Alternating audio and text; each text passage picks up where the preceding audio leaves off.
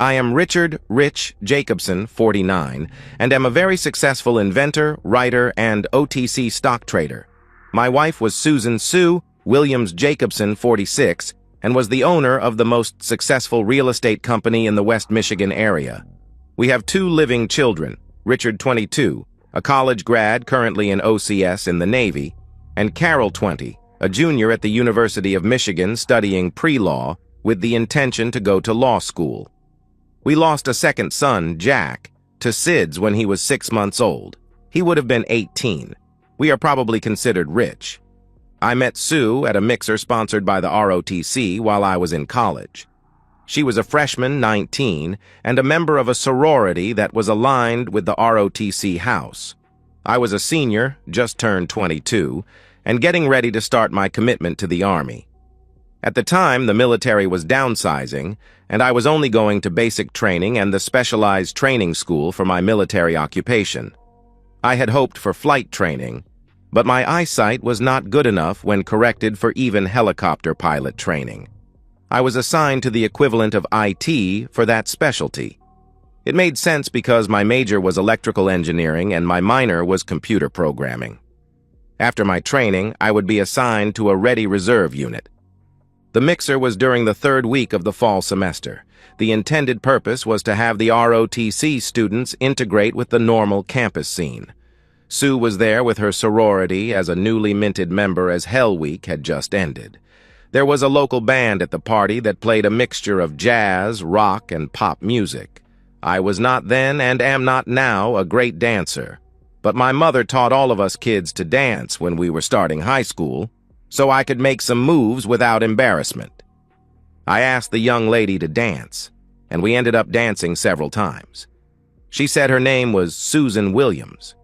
She explained that this was her first time away from home. She also said that I was a good dancer and a good conversationalist. As the night wore on, we talked about a lot of different things. She seemed interested in my military duties, and I was interested in her likes and dislikes.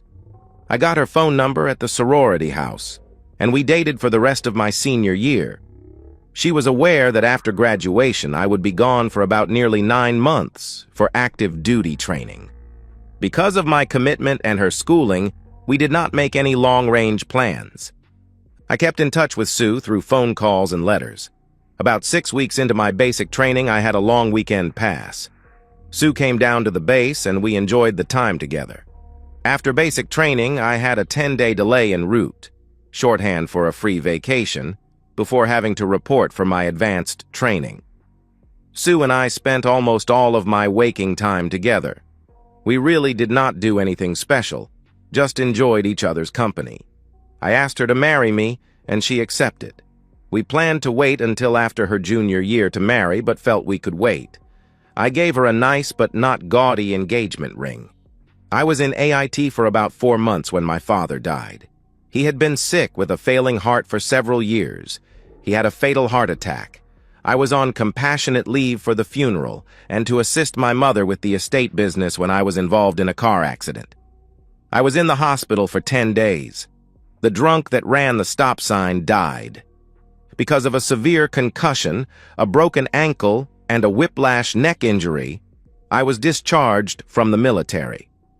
They felt that a surgically repaired ankle would not allow me to participate in the physical requirements of military life. As I had spent less than 6 months on active duty, I was not eligible for any military benefits.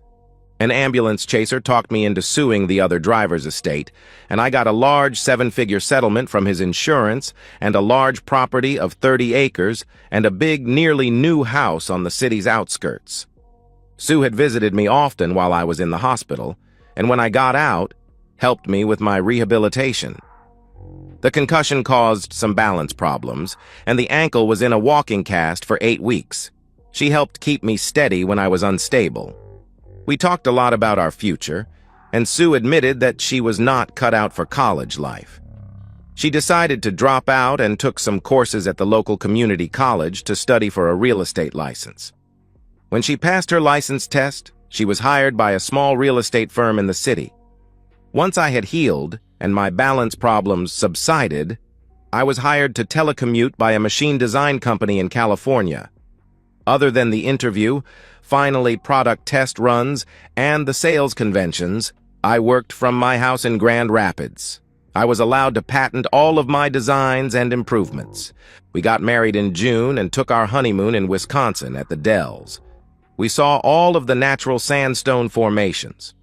On the trip back, we stopped in Traverse City and enjoyed the downtown and the Grand Traverse Bay.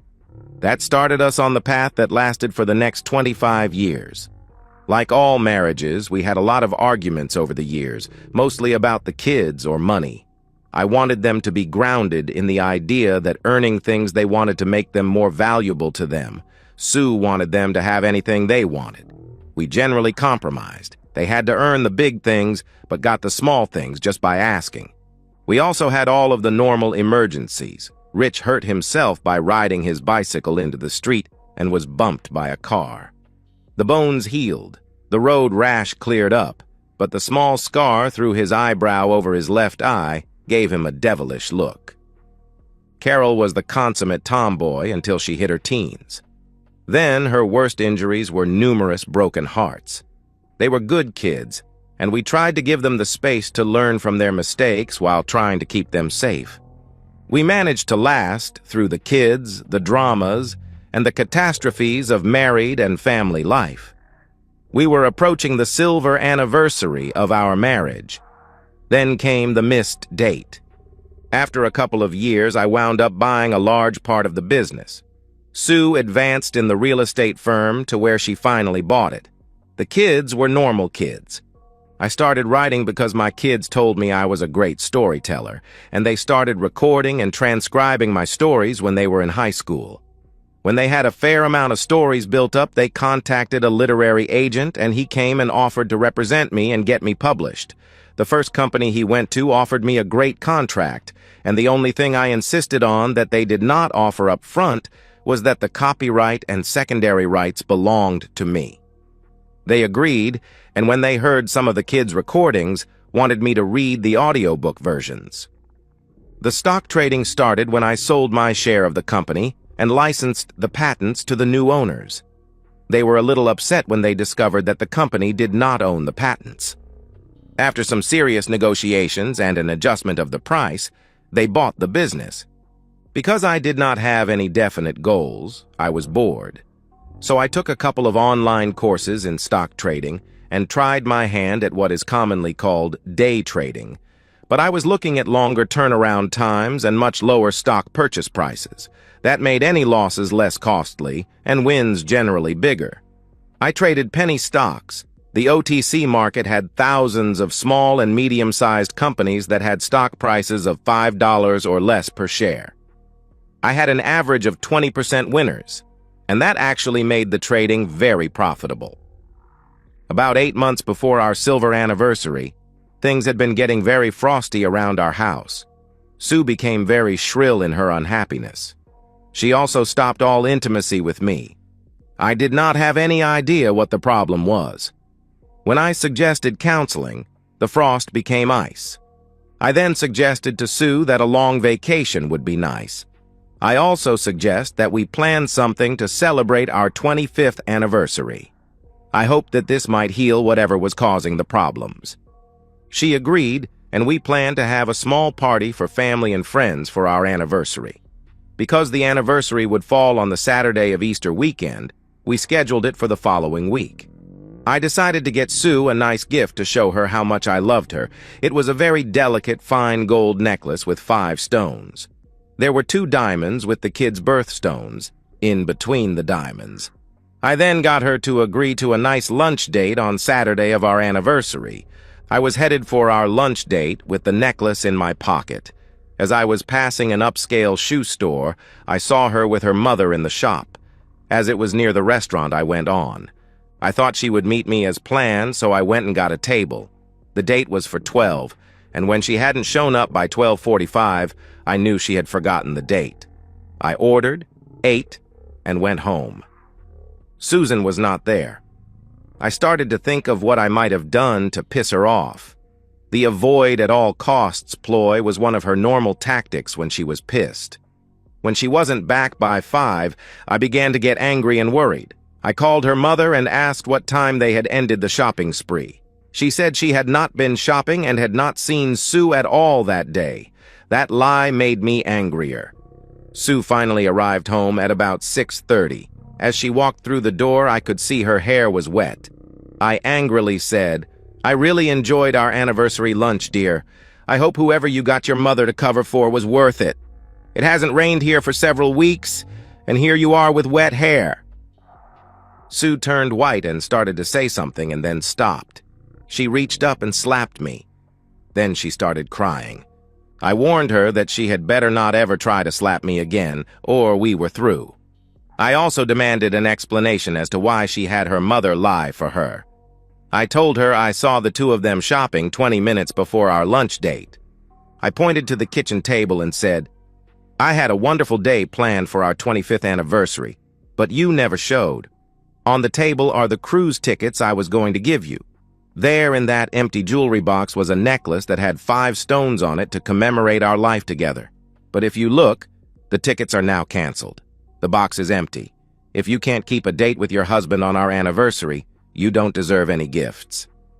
I continued, "I have already called all of the people who were coming tonight and canceled the party. Your loving son, Rich, wanted to know why. When I told him, he said, and I quote, 'What has the stupid bitch done now?' When I explained to your daughter, she said, 'Well, the stupid woman finally screwed the pooch. Daddy, I will always be here for you, her not so much after this.' She recoiled from those statements. Then she just reached back like she was going to hit me again, and then stopped. She screamed, 'That's right, you're such a wimp. You wouldn't hit a woman. You're too much of a gentleman.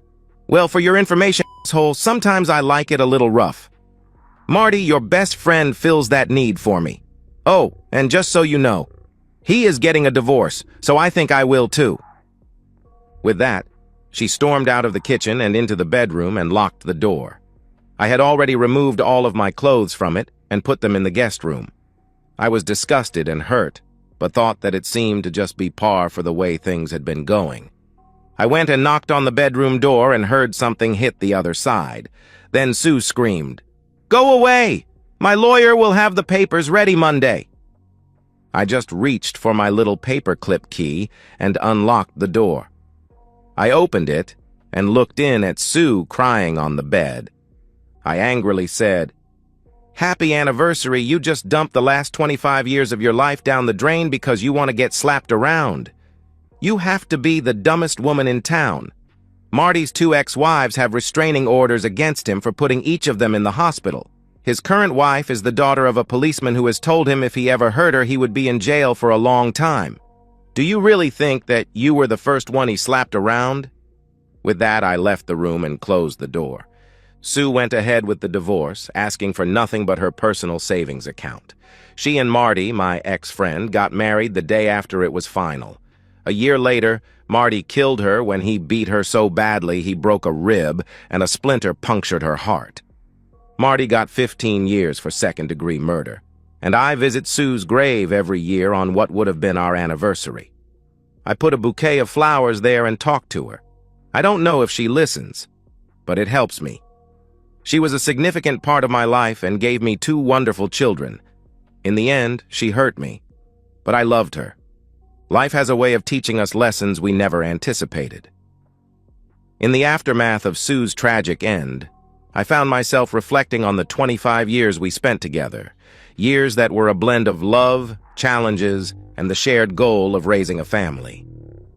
Despite the betrayal, the lies, and the heartbreak that tore us apart, I cannot erase the good moments or the life we built together. Sue's choices led her down a dark path, but I choose to remember her as the woman I fell in love with before things went wrong. In the years following her death, I've learned to find peace in forgiveness, not just for her, but for myself. It would be easy to live in bitterness, but what good does that do for me or our children? Richard and Carol have grown into remarkable adults, and I'm proud of the part I played in that, even if Sue wasn't there to see it through. They are the enduring legacy of a marriage that, while ultimately broken, produced something beautiful. Each year as I visit her grave, I'm reminded that love and pain are intertwined, and sometimes we have to face the ugliest sides of both. I still carry the lessons of our life together, and perhaps in some way, Sue's story serves as a reminder that we are all capable of losing ourselves if we aren't careful. As for me, I continue to grow, embracing the life I have now, richer for the experiences and stronger for having endured. The grief and sorrow have faded, leaving behind a quiet acceptance of what was, what could have been, and what will never be. Life moves forward, and I've learned to move with it. For all her flaws, Sue was my wife, and a part of me will always love her. In this, I find peace. And so, we've reached the end of today's story. Was it what you expected, or did it take a twist you didn't see coming? I'm curious to hear your thoughts. Share them in the comments below, and let's get a conversation going. If this story kept you hooked, make sure to hit that like button. And if you're new here or just haven't subscribed yet, now's the perfect time to join our community. I bring you fresh, captivating stories every day, so click that subscribe button and turn on notifications so you never miss out. Thanks for watching, and I'll see you in the next one. Steve! Hey, Steve! I heard someone calling my name as I was walking through the expo. Turning towards the voice calling my name, I smiled. Hi, Tom. Haven't seen you around for a while. Glancing at the logo on the smart polo shirt he was wearing, I added, That's not the company that you were with before. I hope it was a move up for you. A slight grimace came over his face. More of a lateral move. Anyway, how about we meet up later and catch up? He offered. Sure. I'll be done about 5 o'clock. I'll meet you at the hotel bar then. He confirmed, then headed back to his booth as I moved on. Tom wasn't what you would call a good friend, but in our business, you tend to run into the same people at most of these conferences. We had met up several times over the years and gotten along pretty well. As more than just casual acquaintances, but less than really good friends, we had discussed our families and lives in general, but no real specifics.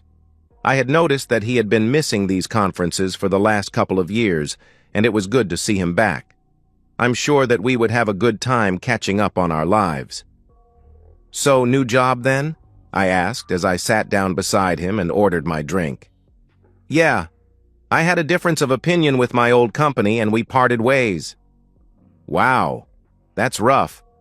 Is that why you haven't been to these conferences for the last couple of years? Yeah, I had to work my way up from the bottom again. It doesn't matter how much experience I had before, they want their longer-term employees that are more familiar with their products and services in the booth. Well, that does make sense. So, how have you been? What's going on in your life? How's the wife and kids? I asked, wanting to change the subject. His face turned dark. Jen divorced me, he replied. And because I had to move 3 states away for this job, I almost never get to see my kids anymore. Oh, that's rough. Did she find out about you being unfaithful? I mean, you were always bragging to all of us about all the married women you were seeing on your trips out of town. What was the name of the last one? Mary? I remember you talking a lot about her. You had been involved with her for a couple of months at that time. He smiled at that one. Yeah. Darn, she was attractive. She had been putting her husband off on having kids for a couple of months already just so she could enjoy her freedom. Are you still seeing her? Number. She suddenly stopped taking my calls and even blocked my number shortly after the last conference I attended. I think I met her once more. Then everything went to pieces. In fact, it was the evidence of her and me that Jen used in the divorce to invoke the prenup. That also cost me my job. They fired you for infidelity? I asked in amazement. Isn't that illegal? A look of anger came across his face. Of course they didn't fire me for infidelity. She had me served at the office just as we were about to have our monthly meeting. The young woman that served me the divorce papers loudly exclaimed that I was being served with the divorce on grounds of adultery. Her dad, the CEO of the company, then put his investigators in the accounting department on me and began reviewing all my expense reports for the last several years. Lunches, dinners, hotel rooms, everything. They even called up my clients to verify if I was actually having lunches and dinners with them at those times. Not only did they fire me for cause, but then they sued me for repayment. I still owe them about $10,000. He also blackballed me from the industry. Wow, that's rough, I commented. If he blackballed you, how did you get this job? It wasn't easy, he remarked. First off, I had to take a severe cut in pay. I have 20 years of experience, but I am being paid the same as a kid straight out of college. My base pay is terrible, so I have to put in about 80 to 100 hours a week just to make enough commissions to get by. Second, the owner of this company really doesn't like Jen's dad, so he didn't really care about the blackballing. Well, that's good for you then. At least you are making decent money and can pay your child support.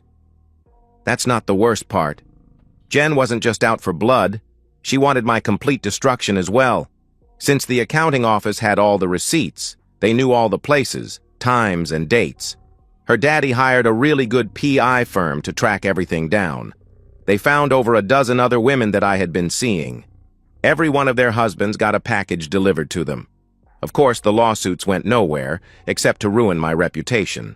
The problem was that several of the husbands got DNA testing on their kids. What's wrong with these women? I mean, if you are going to cheat on your husbands, you should be practicing birth control.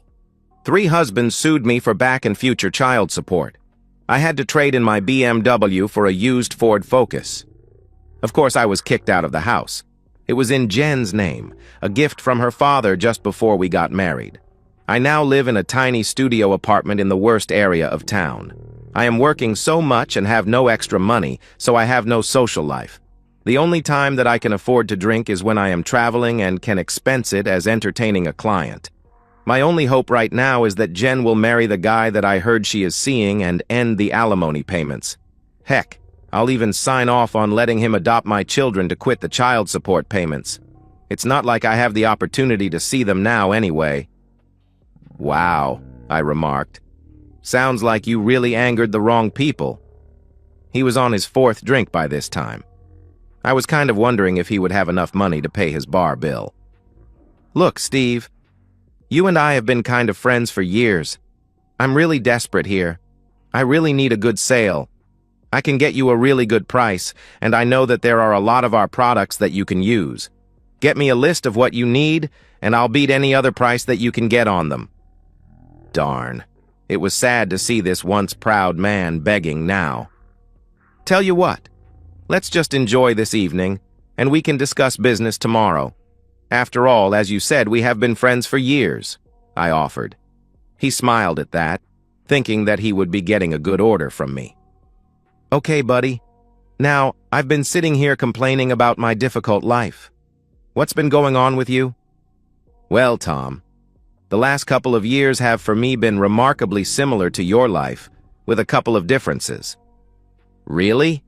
He asked in wide-eyed amazement. Yeah. You see, I got divorced as well. Thankfully, we had no children yet. Were you cheating on her too? Number quite the opposite. You see, I was sitting in a bar much like this one, talking to a client. I overheard some braggart talking about all the women that he was seeing on the side. I was just laughing most of it off until I heard him talking about one particular woman. That got my attention. When I got home, I installed cameras in all of our rooms, monitored her phone, and put GPS units in her car and purse. It didn't take long to catch her cheating on me. I managed to get video of her with the scoundrel. He was listening to me with rapt attention. He was a bit too drunk to catch the subtle hints in there. What did you do? He asked. I went full-on revenge. Actually, it was multiple revenges. I not only exposed her, but I decided to expose the scoundrel as well. A glimmer of something passed through his eyes. Maybe something was getting through the fog of the alcohol.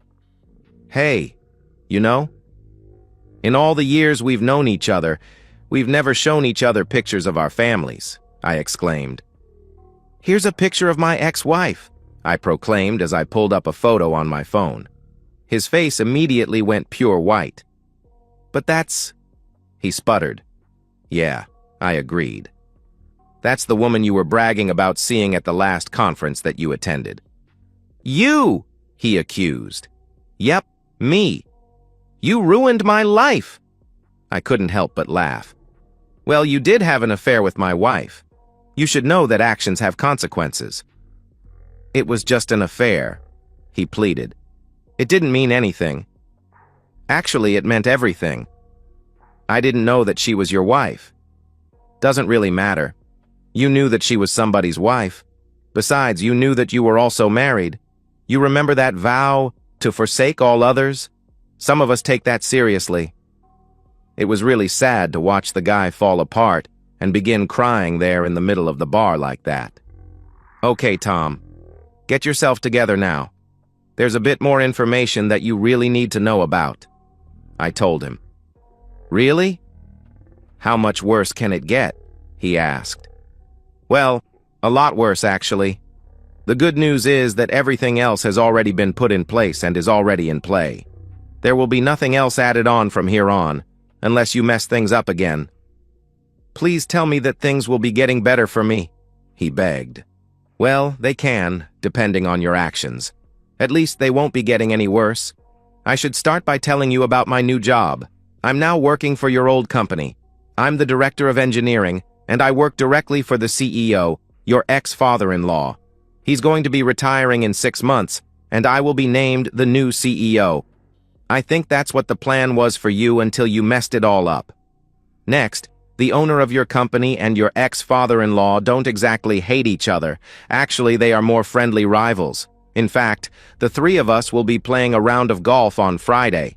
Stan, the ex-father-in-law, realized that without a job, you wouldn't be able to pay his daughter the court-mandated alimony and child support.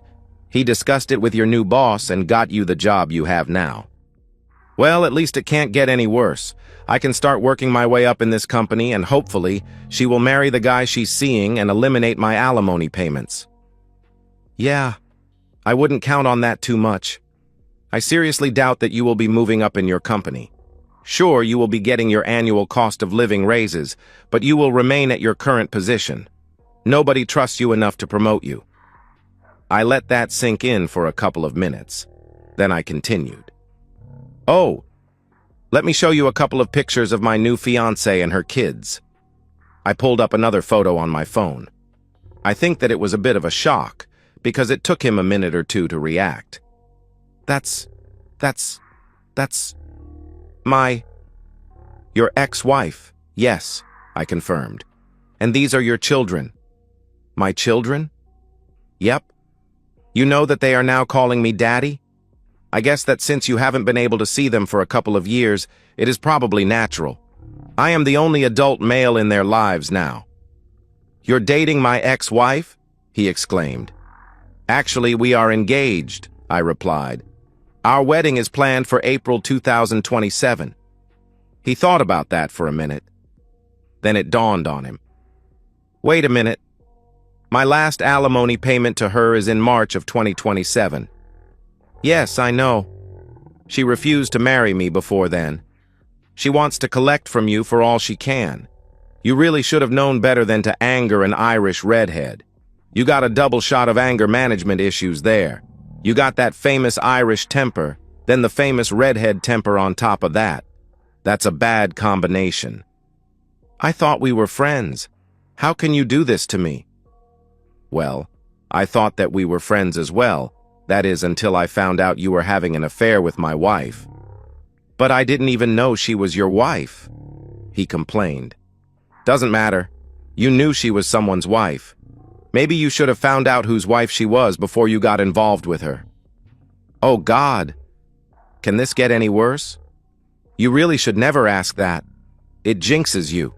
It can always get worse.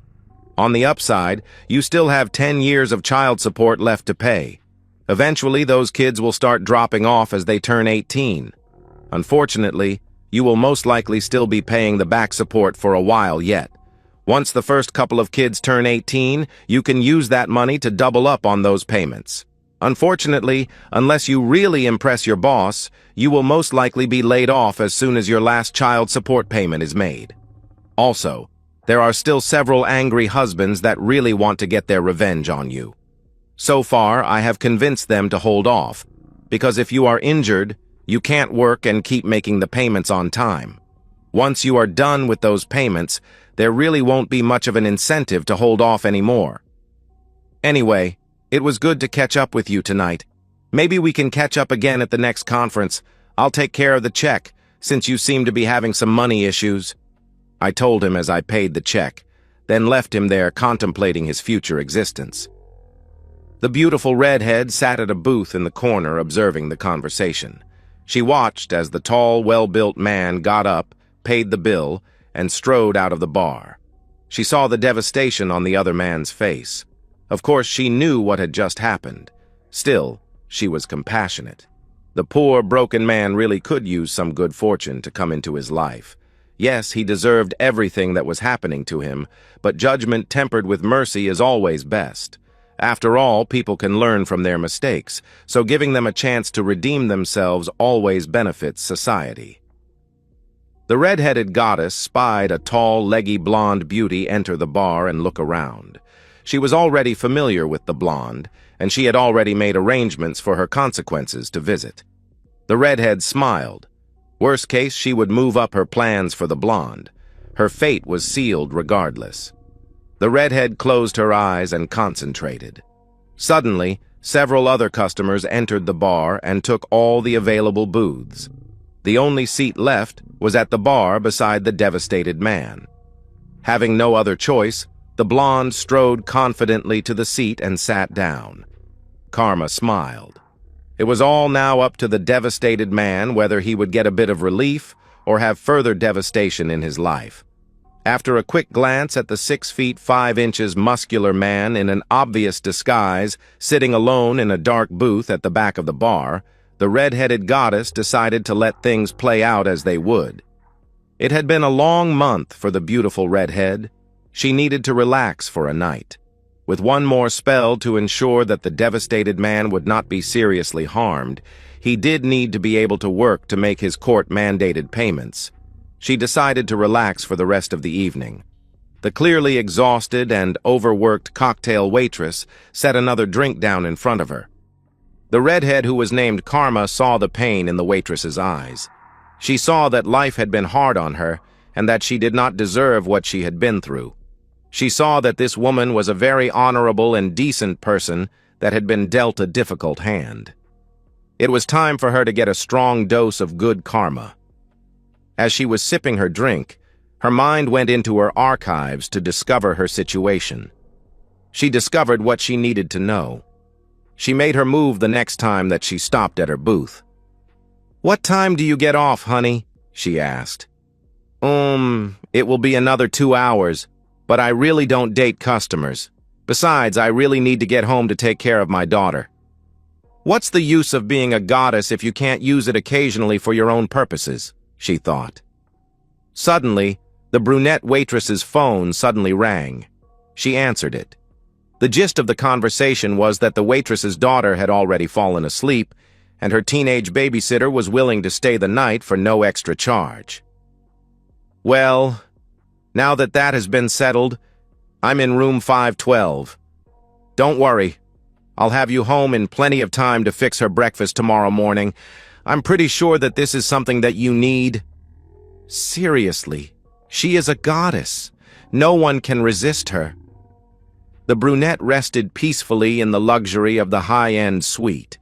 She was surprised when she woke up in her own bed the next morning with pleasant memories of the night before. The goddess woke up with a sigh of resignation, knowing that she would never be able to have a real relationship.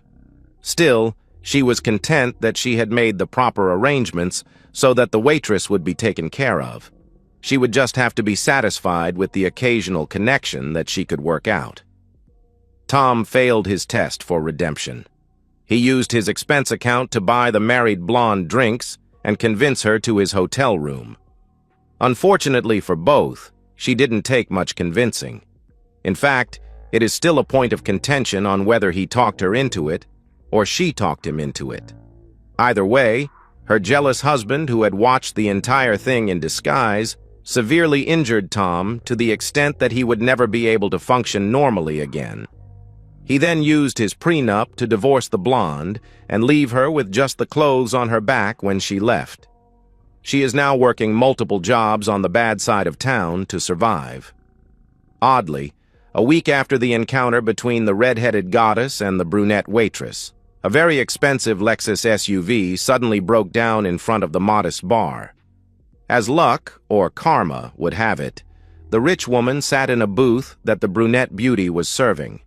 Through a series of odd circumstances, the rich woman ended up sitting in the booth for several hours before her car was towed.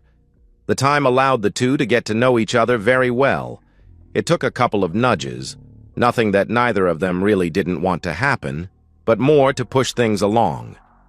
Eventually, the rich woman became a semi-regular at the bar. She always sat in the section that the attractive brunette was covering. It took a while, but they eventually got together. The brunette's family had rejected her because she had come out as gay. Her baby was the result of a terrible assault by her father's friends trying to change her orientation. My name is Karma. I'm tough. The rich woman ended up owning the factory that the brunette's family works at. They were all fired and lost their houses. I look in on them every once in a while.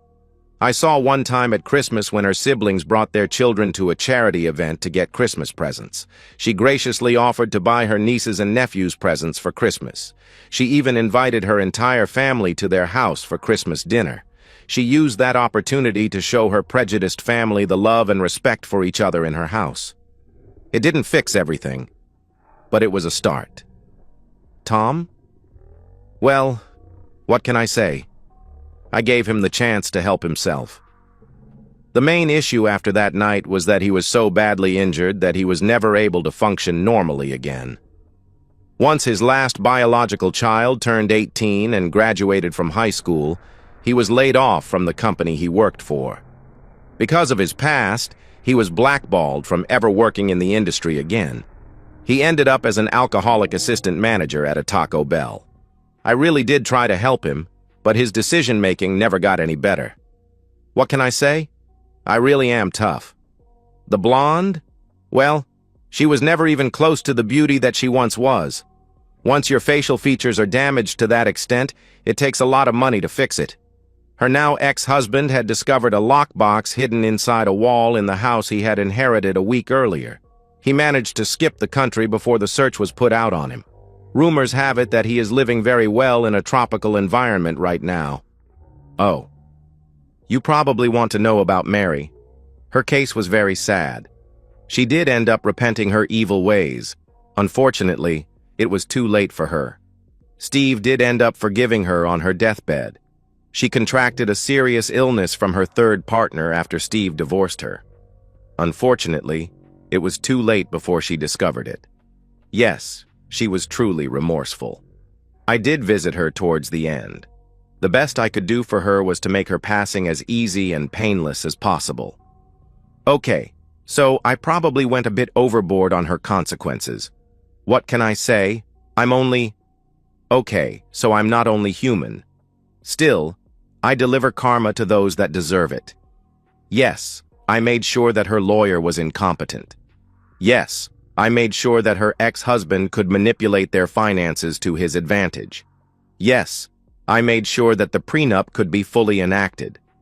Still, it was her decisions afterwards that drove her fate to where it ended up. She had options. She didn't need to end up working the streets downtown. She didn't need to take him as a client. She had other options. Okay, I did use her to give bad karma to another of her clients. Of course, I was careful that his wife had already stopped being intimate with him. She is doing a lot better now that she divorced him, BTW. Anyway, this should close this chapter. Everyone pretty much got what they deserved. Some got more than they should have. But that's just the way things go. Anyway, I have other things to do right now. Some jerk is about to try to con an innocent widow out of her life's savings. Yes, I much prefer to dispense good karma, but every once in a while, I really enjoy giving jerks exactly what they deserve. I have multiple looks, but I much prefer my normal look as a petite redhead with green eyes. Look around wherever you are if you are thinking about doing something wrong. You might want to think twice if you see someone that might look like me in the near vicinity. Maybe I'm watching. And so, we've reached the end of today's story. Was it what you expected, or did it take a twist you didn't see coming? I'm curious to hear your thoughts. Share them in the comments below, and let's get a conversation going. If this story kept you hooked, make sure to hit that like button. And if you're new here or just haven't subscribed yet, now's the perfect time to join our community. I bring you fresh, captivating stories every day, so click that subscribe button and turn on notifications so you never miss out. Thanks for watching, and I'll see you in the next one.